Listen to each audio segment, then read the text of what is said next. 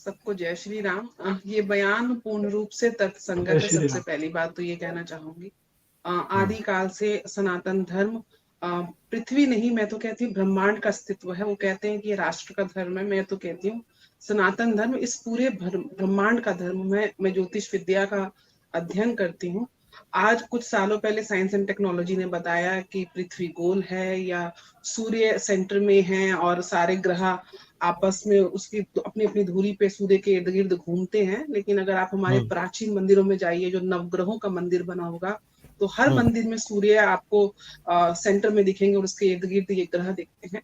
कहने का तात्पर्य ये है कि सनातन शाश्वत धर्म है। इसका ना आदि है ना अंत है। ये आदिकाल चिरकाल से चला आ रहा है, चिरकाल तक रहेगा। यही पास्ट है, यही प्रेजेंट है, यही फ्यूचर है। इसमें कहीं भी कोई भी चीज देखिए, हम लोग एक भौतिक जगत में जी रहे हैं। हमारी एक अपनी एक जो भी हमारा पास्ट रहा है, हमारी उसी इंफॉर्मेशन और नॉलेज से हम विकसित कर रहे हैं। लेकिन अध्यात्म इस धर्म को बहुत अच्छे से समझता है। आज रामचरितमानस पे अलग अलग लोग टिप्पणी कर रहे हैं अपने स्वार्थ के कारण, या फिर उनका जो संचित जो उनका जो ज्ञान है वो उतना नहीं है। यही दुख की बात है कि धर्म को, अध्यात्म को, देश की एकता को आप राजनीतिक जो मोड़ दे देते हैं। मैं इसको राजनीतिक मुद्दा इसलिए नहीं देना चाहती क्योंकि मैं राजनीतिक दृष्टिकोण पे या उस पे बैठी नहीं हूँ आपके मंच पे। हवन और यज्ञ की पद्धति है। पूजा के माध्यम से हम जो जड़ी बूटियों को मिला के गऊ के गोबर को, आज गऊ मांस की तस्करी हो रही है, गऊओं को मारा जा रहा है, गऊओं के चारे में कांच का टुकड़ा मिला के उनको मारा जा रहा है, प्लास्टिक खाने के लिए वो मजबूर हो गई हैं। ये हमको समझना चाहिए कि गऊ, जिनको हमने सनातन संस्कृति में माता की संज्ञा दी है, जिनके लिए भगवान श्री कृष्ण ने भी अवतार लेके उनको गौपाल का सेवाएं दी, तो और एक ऐसा जीव, एकमात्र ऐसा जीव है जो इसका मल और मूत्र भी औषधि लिए है। आज योगी जी के बयान पे को मैं नतमस्तक होती हूँ कि आज एक ऐसे सनातनी के प्रेमी और सनातन को आगे ले जाने वाले हमारे बीच में, हमारे देश को रिप्रेजेंट करने एक ऐसे मंच पर, और यहाँ पे यही बोलूंगी, और जो पोल्यूशन की बात कह रहे हैं उसी पे एक टिप्पणी दूंगी कि हमारे हवन यज्ञ में जो वायु को, जो वायु प्रदूषण को, जो वहां से जो बैक्टीरिया होते हैं, इवन कोविड काल में बहुत लोगों के घर में मैंने गोबर के ऊपर जो है कपूर है, लौंग है, जला के जब उसकी धुनी करवाई तो बहुत हवा शुद्ध हुई। कहने का मतलब ये कि सनातन धर्म पूर्ण रूप से पर्यावरण का संरक्षण करता है,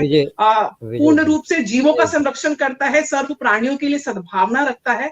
इसके अंतर्गत सारे ही धर्म, सारे ही पंथ, सारी ही विचारधारा, सारी ही आस्था के लोग एक ही तरह के कानून, एक ही तरह संविधान के अंडर रहेंगे, जिससे भाईचारा बढ़ेगा, एकता बढ़ेगा। और देश मोदी जी के कार्यकाल में आप भी देख रहे हैं एक नई कॉमन सिविल कोड को लेकर भी ड्रामा चल रहा है। अभी आप लोगों को राष्ट्रीय स्तर पर लागू करना चाहिए, कुछ देर पहले राजनीतिक मुद्दा देना नहीं चाहती, सिर्फ इतना जानती हूँ कि जो विषय था आज की बैठक का, क्या योगी जी के या जो बयान है कि राष्ट्र धर्म होना चाहिए, सनातन धर्म पूर्ण रूप से होना चाहिए, सनातन धर्म शाश्वत धर्म है। मैं तो कहती हूँ राष्ट्र का नहीं, विश्व का नहीं, ब्रह्मांड का धर्म है।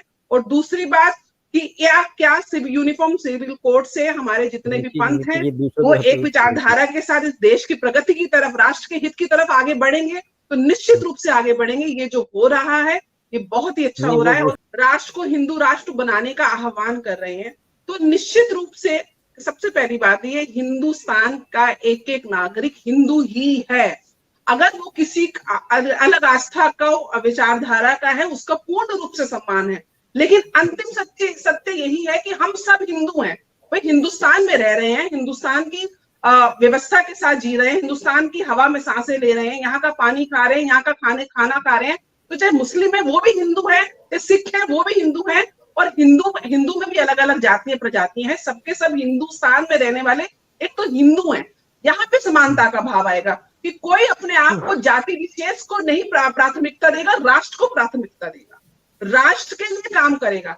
अपनी जाति, अपने स्वार्थ के लिए वो किसी भी धर्म का दुरुपयोग नहीं कर पाएगा।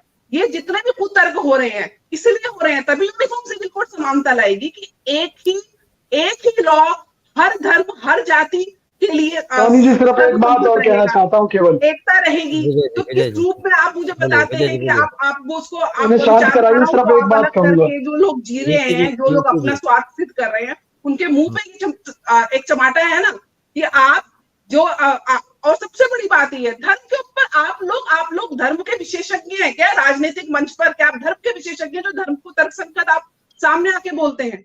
इसके लिए धर्माचार्य को बुलाइए ना।